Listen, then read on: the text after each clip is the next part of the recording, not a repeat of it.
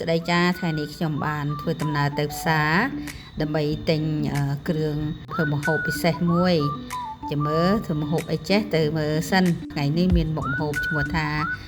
ញោមល្ហុងមានពោតមានក្តាមមានមឹកមកគីផងដែរហើយបន្លែមានពោតមានពោតឆ្មាតសក់ទីម្លក់ហ្នឹងណាយើងយកក្តាមហើយនឹងគ្រឿងសមុទ្រទាំងអស់ហ្នឹងមកយើងចាក់សេដាចូលដាក់ទឹកកកយើងត្រាំវាសិនហើយយើងមកធ្វើខាងបន្លែស្រស់បន្លែសិនផ្ទីបីក្តោបហើយនឹងពោតបារាំងដាក់ចូលគ្នាទៅហើយដល់យើងស្រង់ហើយយកវាដាក់មកដុំសិនមកបន្លែខៀវស្រស់ល្អហើយនឹងមានផ្សិតមានពោតមានសក់មានស្ពៃល្ហុងកំពុងតែឈូសចាប់ផ្ដើមធ្វើហើយឥឡូវរួចរាល់ហើយគ្រឿងក្រៅយើងមកដល់ទីវាលស្រែហើយកំពុងតែរៀបចំញ៉ាំអាហារនៅទីនេះហើយបងប្អូនជម្រាបសួរថ្ងៃនេះខ្ញុំមកលេងនៅវាលស្រែមួយដែលមានទេសភាពស្រស់ស្អាតមែនទែនហើយឥឡូវក៏ញ៉ាំអាហារនៅថ្ងៃត្រង់នៅទីនេះហ្មងទៅដើម្បីថតទុកជាអនុស្សាវរីយ៍ជូនបងប្អូនទស្សនារូបភាពនៅវាលស្រែទីនេះណាទស្សនាដល់អស់គ្នាដូចទៅមកញ៉ាំអាហារជាមួយខ្ញុំបាយទាំងអស់គ្នាមួយខ្ញុំថ្ងៃនេះខ្ញុំមានបុកល្ហុងមានខ្ទឹមបំពងនេះហើយនំបញ្ចុកបន្លែបាទថ្ងៃនេះបានបុកល្ហុងណាបងប្អូនណាឆ្ងាញ់ហ្មងបាយ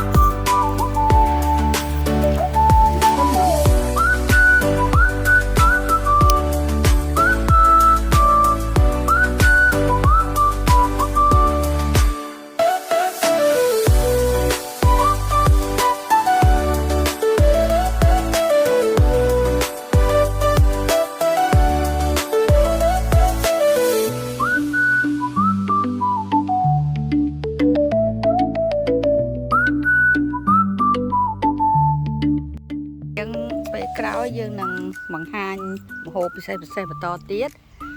គុណច្រើនដែលបានទស្សនារហូតដល់ចប់វីដេអូនេះសូមជួបគ្នាវីដេអូក្រោយៗទៀតអរគុណច្រើនជម្រាបលាបាយបាយស្ដីបងប្អូនថ្ងៃនេះបានមកដល់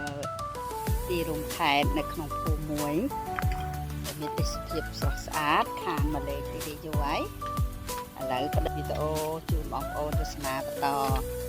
ក្រោយពីញ៉ាំអាហារហើយមិញណាវាស្រាយវាស្រូវជាងស្រស់ល្អនេះស្រូវប្រាំងណាច្រូតលាន់ណាស្រូវចាញ់ហើយចិត្តវាយដាល់បុកបានណាណែ